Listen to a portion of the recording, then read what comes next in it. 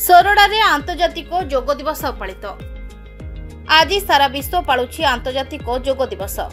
ଏହି ଅବସରରେ ଗଞ୍ଜାମ ଜିଲ୍ଲା ସୋରଡ଼ା ବିଜ୍ଞାପିତ ଅଞ୍ଚଳ ପରିଷଦ ଓ ପଞ୍ଚାୟତ ସମିତିର ମିଳିତ ଆନୁକୂଲ୍ୟରେ ଆନ୍ତର୍ଜାତିକ ଯୋଗ ଦିବସ ପାଳନ କରାଯାଇଛି। ସୋରଡ଼ା ବିଜ୍ଞାପିତ ଅଞ୍ଚଳ ପରିଷଦ ପକ୍ଷରୁ ସ୍ମାର୍ଟ ପାର୍କରେ ଆୟୋଜିତ ଯୋଗ ଦିବସ ପାଳନ ଅବସରରେ ସୋରଡ଼ା ଏନ୍ଏସି ଅଧ୍ୟକ୍ଷ ଶିବଶଙ୍କର ପଣ୍ଡା ଓ ସୋରଡ଼ା ଅତିରିକ୍ତ ଗୋଷ୍ଠୀ ଉନ୍ନୟନ ଅଧିକାରୀ ସଞ୍ଜୀବ ରାଜ ସେନାପତି, କାର୍ଯ୍ୟନିର୍ବାହୀ ଅଧିକାରୀ ଉମେଶ ଚନ୍ଦ୍ର ସାହୁ ପ୍ରମୁଖ ଉପସ୍ଥିତ ରହିବା ସହ ଦୈନନ୍ଦିନ ଜୀବନରେ ସମସ୍ତଙ୍କୁ ପ୍ରତିଦିନ କିଛି ସମୟର ଯୋଗାଭ୍ୟାସ କରିବା ପାଇଁ କହିଥିଲେ।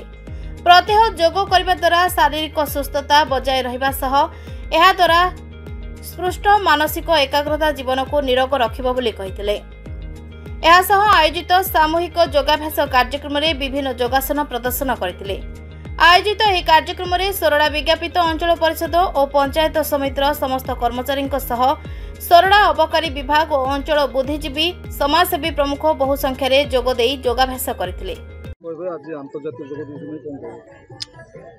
आज विश्व अंतर्जातीय दिवस रे प्रथम मु धन्यवाद देवी यशस्वी प्रधानमंत्री माननीय मुख्यमंत्री को आल इंडिया रे आज जो अंतर्जातीय विश्व दिवस पालन करा जाउची सेपरी आल वर्ल्ड 218 देश रे भी ए अंतर्जातीय दिवस जोग दिवस पालन करा जाउची जाफल रे जोग कले आम शरीर के स्वास्थ्य शरीर स्वास्थ्य आ सुंदर रही माननीय यशस्वी प्रधानमंत्री को मु धन्यवाद देवी माननीय मुख्यमंत्री को मु धन्यवाद देवी आज प्रति गाँव रे प्रति शहर एनएसी रे म्युनिसिपालिटी रे ए जो कार्यक्रम करी समस्त को उत्साहित करचंदी प्रेरणा देचन जे आगामी दिन रे किपरि जोग करी निजको सुस्थ और सुंदर मनुष्य गठन करिया को।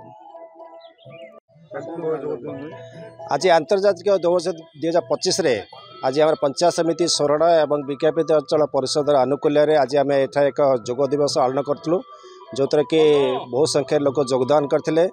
आमर मूल लक्ष्य है एक पृथ्वी और एक स्वास्थ्य जोग निहाती जरूरी। आम सब कठिन परिश्रम करचु जहाँफल आमर शरीर को किसी जोग द्वारा आम उचित सेवा जोगे पारिबा कारण आमको आजिकल दैनंदिन जी रोग हो तार मूल लक्ष्य है आम जो समस्ते मिसिक जोग कर स्वास्थ्य को भल रखिपर। Bureau report Subhadra news.